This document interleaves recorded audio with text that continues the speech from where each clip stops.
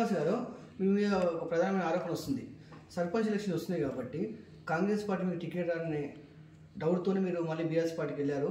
అక్కడి నుంచి పోటీ చేయాలనుకుంటున్నారని చెప్పేసి మండలంలో కొంచెం టాక్. దాని గురించి మీ ఇది అసలు రిజర్వేషన్లే కన్ఫర్మ్ కాలేదు. ఇప్పుడు సర్పంచ్ ఎన్నికలు పెట్టారా తెలియదు. అలాంటప్పుడు మేము ఎందుకు నిర్ణయం తీసుకుంటాం? 2 రోజుల క్రితం లేటెస్ట్గా 2 రోజుల కిందనే గ్రామ సభ జరిగింది. గ్రామ సభలో ఏ వ్యక్తి అయినా తృప్తి పడ్డట్టు ఉన్నాడా? మాకు అన్ని రకాలుగా ప్రభుత్వం చెప్పిన పథకాలు మేము లబ్ధి పొందినము అని చెప్పి ఒక్క వ్యక్తి లేడు. అలాంటప్పుడు మేము ప్రజల పక్షాన ఉండాలా, లేకపోతే నాకు సర్పంచ్ కావాలనే హోదాతోటి నేను మళ్ళీ ఇప్పుడు సర్పంచ్ అసలు రిజర్వేషన్లే లేవు, రిజర్వేషన్లే మారుతాయి అంటారు.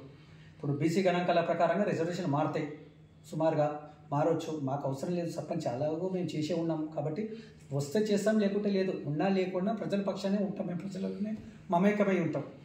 మీకు ఇప్పుడు మాజీ ఎమ్మెల్యే పల్లి సెక్రటరీ ఆధ్వర్యం జాయిన్ అయ్యారు భువనగిరిలో. వారి నుంచి హామీ ఇచ్చారు మీకు? మేము హామీ అడగలేదు. ఇప్పుడు అధికార పార్టీకి ప్రతిపక్షం ఎప్పుడు అంటే సంక్షేమ పథకాలు ప్రజలకు చేరనప్పుడే ఆ గొంతెత్తి అడగడం అనేది ప్రతిపక్ష పార్టీ బాధ్యత. అధికార పార్టీలో మా గొంతులు మా నోళ్ళు మేమే మూర్చుకొని సైలెంట్గా కూర్చోవడమే జరుగుతుంది అధికార పార్టీలో ఉంటే. ఇది కాదు అనే ఉద్దేశంతో మేము పార్టీ మారడం జరిగింది. ఇప్పుడు మీరు దాదాపు సంవత్సరం కాలంగా మీరు కాంగ్రెస్ పార్టీలో పనిచేశారు. అక్కడ అంటే ఒక 6 months నుంచి కూడా మీరు యాక్టివ్గా లేరు, పార్టీలో దూరంగానే ఉన్నారు. మరి ఇప్పుడు నెక్స్ట్ కూడా విభిన్న మండలంలో చాలా మందికి మీ మీద ఉన్న అభియోగం ఏంటంటే పార్టీ మారడము సర్పంచ్ పదవి కోసమే అంటారు. వాళ్ళకి మీరు చెప్పే సమాధానం? సర్పంచ్ పదవి కావాలనుకుంటే నేను టీఆర్ఎస్ పార్టీలో కూడా నాకు ఇచ్చేదే కదా.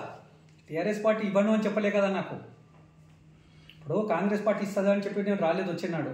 టీఆర్ఎస్ పార్టీ ఇయ్యదు అని పోలేదు నేను. నాకు పార్టీ పదవితో ముఖ్యం కాదు. నాకు ప్రజలకు సంక్షేమ పథకాలు అందాలి, ప్రజలు బాగుపడాలనే కోరిక మీదనే నేను మారడం జరిగింది. అభివృద్ధిలో ఉంటుంది. ఎందుకంటే ప్రభుత్వంలో ఉంటే మన ఎమ్మెల్యే గారితో ఇప్పుడు కుంభం అనిల్ కుమార్ గారితో బీబీనగర్కు 5 కోట్లు 10 కోట్ల రూపాయలు తెచ్చి మళ్ళీ అభివృద్ధి పదంలో నడపాలనే కోరికతోటే నేను పార్టీ మారినాను. ఆ రోజు టీఆర్ఎస్ ప్రభుత్వం నుంచి కూడా నేను కాంగ్రెస్ ప్రభుత్వం రావడానికి ముఖ్య ఎజెండా ఏంటంటే అదే. కానీ నాకు కాంగ్రెస్ వస్తే సర్పంచ్ పదవి వస్తుంది, బీజేపీలో ఉంటే సర్పంచ్ పదవి వస్తుందని కాదు నాకు. ఇప్పుడు ఇలాగే 4 సంవత్సరాలు కాంగ్రెస్ ప్రభుత్వం ఉంటుంది. అధికార పార్టీతో కానీ డెవలప్మెంట్, ప్రతిపక్ష పార్టీతో ఏమవుతుంది డెవలప్మెంట్?